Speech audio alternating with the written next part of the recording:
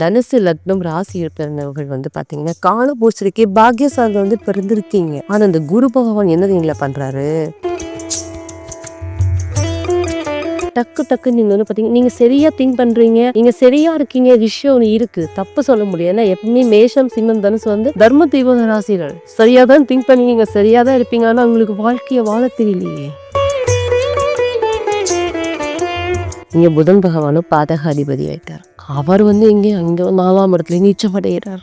அப்போ நீங்க வாழ்க்கை திட்டத்தை நீங்க சரியா ஒரு திட்டம் வகுத்து வாழ்க்கையை கொண்டு போகல அப்படின்னா 60 வயதானாலும் 28 வயசுல இருந்து 38-40 வயசு வரைக்குமே இல்லற வாழ்க்கை ஒரு போராட்டமான வாழ்க்கையா இருக்கும். அதை சரியா நீங்க பாத்தீங்கன்னா கடந்து வந்தா மட்டும்தான் உங்க வாழ்க்கை துணையோட உங்க பயணம் சிறப்பா இருக்கும். இல்லை அப்படின்னா பணத்தின் மூலமாக பொருளாதாரத்தில் மிகப்பெரிய இழப்பையும் சொந்த பந்தத்தையும் சுகத்தையும் நிச்சயமாக தனுசு ராசி இழக்கும். அதன் மூலமாக மிகுந்த போராட்டம், மிகுந்த மன வலி, வேதனை கட்டாயம் இருக்கும். இவங்கெல்லாம் சொல்லி அழுதாங்கன்னா ஒரு நாள் பத்தாதுங்க. வெளியே பாத்தீங்கன்னா அம்சமா இருப்பாங்க. ஏன்னா குரு இல்லையா, குரு அம்சம் இல்லையா, பார்க்கும்போது இவங்கள மாதிரி வாழணும் வைப்பாங்க. ஆனா பக்கத்துல அவங்களோட டிராவல் பண்ணி பாத்தீங்கன்னா தான் தெரியும் நம்ம வாழ்ற வாழ்க்கையே பரவாயில்ல. எதிர்பார்ப்போட மட்டும் தாங்க தனுசு லக்னம் தனுசு ராசி வருவாங்க. இந்த மேஷம் சிம்மம் தனுசுக்கு எல்லாம் பொருந்தும். எதிர்பார்ப்பு இல்லாமல் உங்களிடம் உங்களுடைய குடும்பமும் உங்களுடைய கலத்திரமும் உங்க அண்ணன் தம்பி சகோதரம் யாரும் பழக மாட்டாங்க. எல்லாம் எடுத்துக்கலாம். கவனமா இருங்க. ஏனாற்றம் தான் வாழ்க்கைன்னு தெரிஞ்சிருச்சு. அப்ப எப்படி இருக்கணும், உஷாரா வாழணும், எச்சரிக்கையா வாழணும், பார்த்து கவனமா வாழணும்.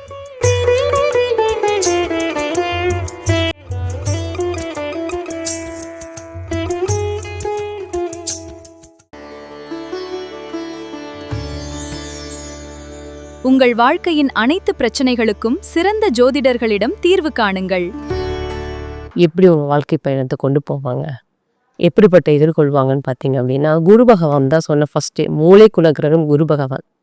மனதுக்குண்டான கிரகமோ 8ஆம் இடம் ஆயிடுச்சு சந்திரன். புதன் பகவான் பாருங்க 7-10.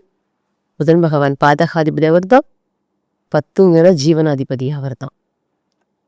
குரு பகவான் பார்த்தீங்க அப்படின்னா சுகாதிபதி அவர் தான். இவங்களுக்கு சுகஸ்தானமே காலபுருஷருக்கு விரயஸ்தானம் ஆயிடும்.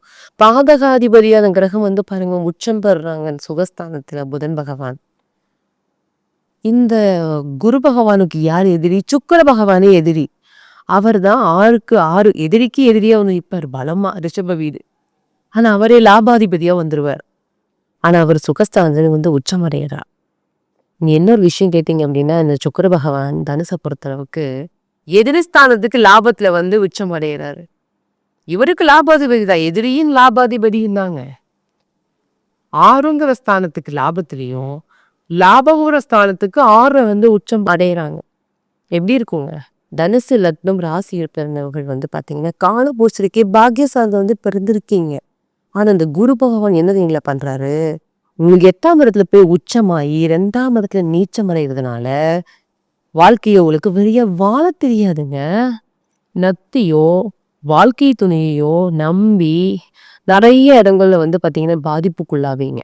எப்படிங்க, நட்புகளை நம்பி ஏமாறுவீங்க, தகவல் பழக்க வழக்கங்களை ஏமாறுவீங்க.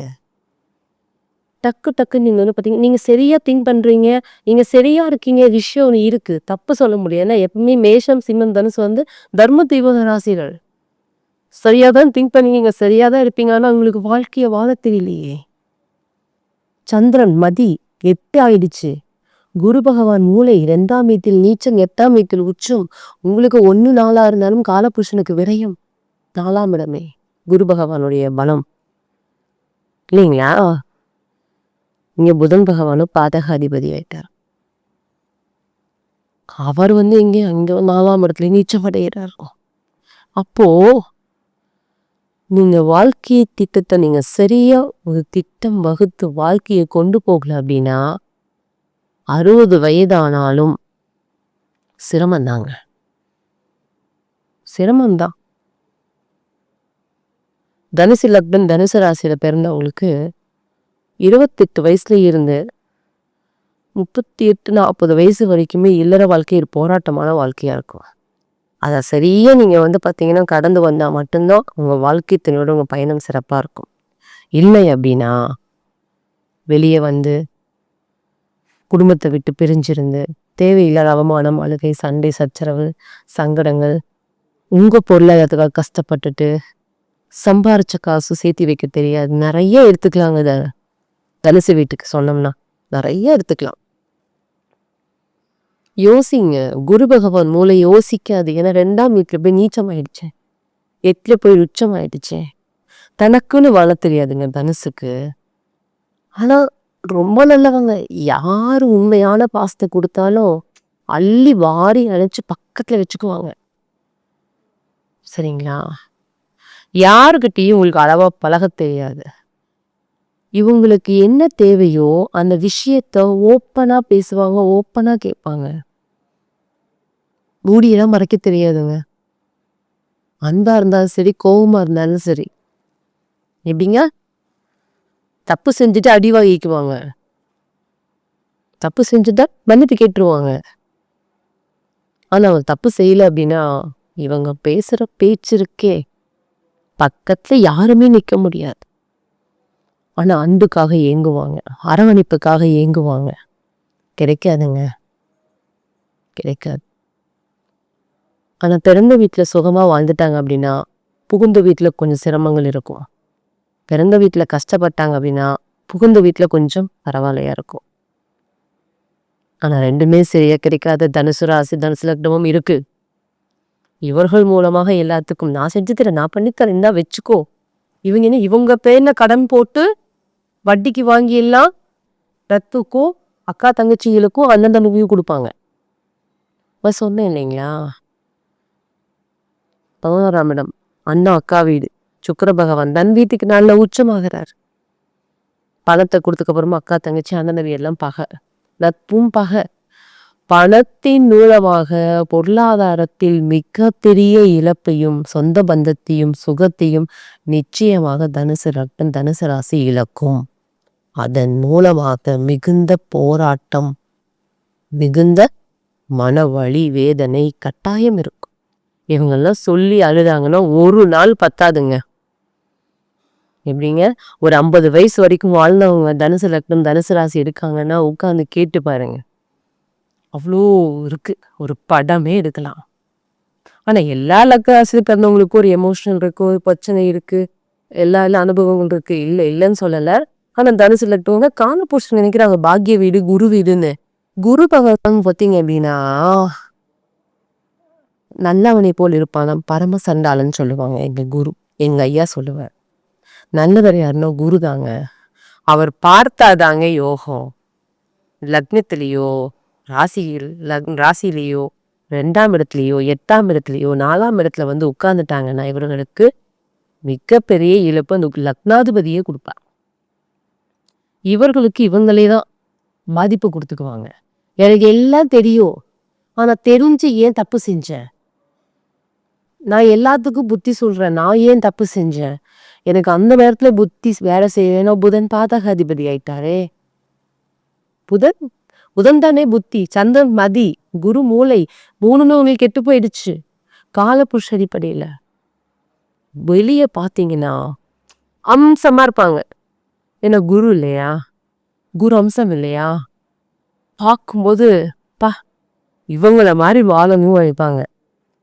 ஆனா பக்கத்துல அவங்களோட டிராவல் பண்ணி பார்த்தீங்கன்னா தான் தெரியும் நம்ம வாழ்ற வாழ்க்கையே பரவாயில்ல அப்படின்னு தோணும். அதனால தனுசு லக்னம், தனுசு ராசிகள் நம்பி நிறைய பேர் ஏமாந்துருக்காங்க. நம்பிக்கை தான் வாழ்க்கை. நம்பாம இன்னைக்கு யாருடைய வாழ்க்கையும் இல்லை. ஏதோ ஒரு இடத்துல யாரையா நம்பிதான் வாழ்ந்தவங்க. அது பெண்கள் அப்படிங்கும்போது ஒரு குறிப்பிட்ட இடத்துல நம்பிக்கை நம்ம இருந்துதான் ஆகணும் இல்லைங்களா? முதல்ல குழந்தையா இருக்கும்போது அப்பா அம்மா, அப்பா, அப்புறம் பாருங்க அண்ணன் தம்பி, அதுக்கப்புறம் கணவன், அப்புறம் பையன், ஒவ்வொருத்தரா வந்துருவாங்க இல்லைங்களா? யாரோ ஒருத்தர் வாழ்க்கைய 7ஆம் இடம் தானே, 7க்கு 7ஆம் இடம் இந்த வீடு மட்டும் பாதகமாகுதே, புதனுக்கு குருவும் குருவுக்கு புதனும். அதனால இதெல்லாம் பார்த்தீங்கன்னா எல்லா இடங்களையும் நட்பு, குடும்பம், களத்திரம், எல்லா இடத்துலயும் ஏமாற்றம் நிச்சயம் உண்டுங்க. எதிர்பார்ப்போட மட்டும் தாங்க தனுசு லக்னம் தனுசு ராசி வருவாங்க. இந்த மேஷம் சிம்மம் தனுசுக்கு எல்லாம் பொருந்தும். எதிர்பார்ப்பு இல்லாமல் உங்களிடம் உங்களுடைய குடும்பமும் உங்களுடைய கலத்திரமும் உங்க அண்ணன் தம்பி சகோதரம் யாரும் பழக மாட்டாங்க. நட்பு எல்லாம் எடுத்துக்கலாம். கவனமா இருங்க.